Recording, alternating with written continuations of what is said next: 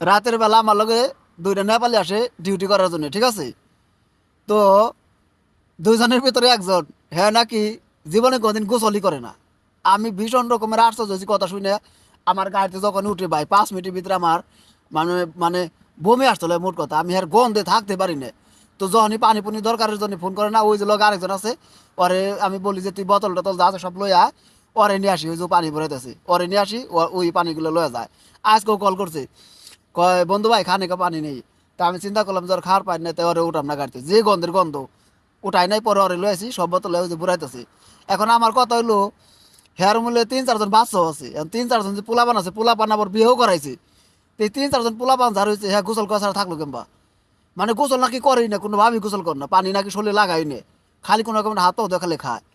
আমি মানে পাগল হয়ে গেলাম এর কথাবার্তা শুনে, ও মানে ও কথাবার্তা শুনে। আর ভাই শরীরটা যে এত গন্ধ, আপনার পাশে বসার লগে লগে মনে করেন যে আপনার মাথা নষ্ট হয়ে যাবো গা, এমন গন্ধের গন্ধ শুনতে।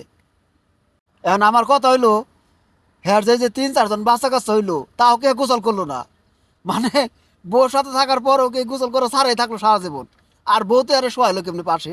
মানে আমার কোনোভাবে বুঝে পড়ে না। তারপর আবার ওই যে ছেলে মেয়ে বিয়ের সাথে যে দিছে, বিয়েন বাড়ি আছে, মানে বিয়েন বাড়ি তো যাওয়ান লাগে নাকি, মেয়ে শ্বশুর বাড়ি বা ছেলে শ্বশুর বাড়ি, তো ওই জায়গায় গেলেও তো নিজের একটা ইমেজের ব্যাপার স্যাপার আছে।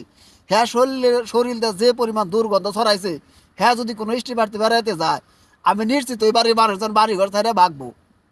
যে আমি মানে হ্যাঁ, হ্যাঁ তো কোনোভাবে তো এর কাছে আসা সম্ভব না।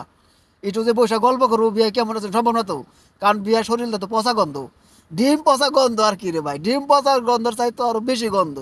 ঠিক আছে, আমি লোকটা দেখাইতাম, কিন্তু দেখাবো না। মানে যে সবার একটা ইমেজ বলে একটা কথা আছে, সে গোসল করে না, এটা তার ব্যক্তিগত ব্যাপার। তার আমার গাড়ি তো উঠাম না, এটা আমার ব্যক্তিগত ব্যাপার, কিন্তু তারে দেখানোটা ঠিক হবো না, যার জন্য আমি দেখাইলাম না। ঠিক আছে, মানে গোসল করা ছাড়া কিভাবে থাকে? আমার একটা দিন গোসল না করে যে জায়গায় ঘুম ধরে না, সেই জায়গায় সারাটা জীবন বেড়ে গোসল করে না।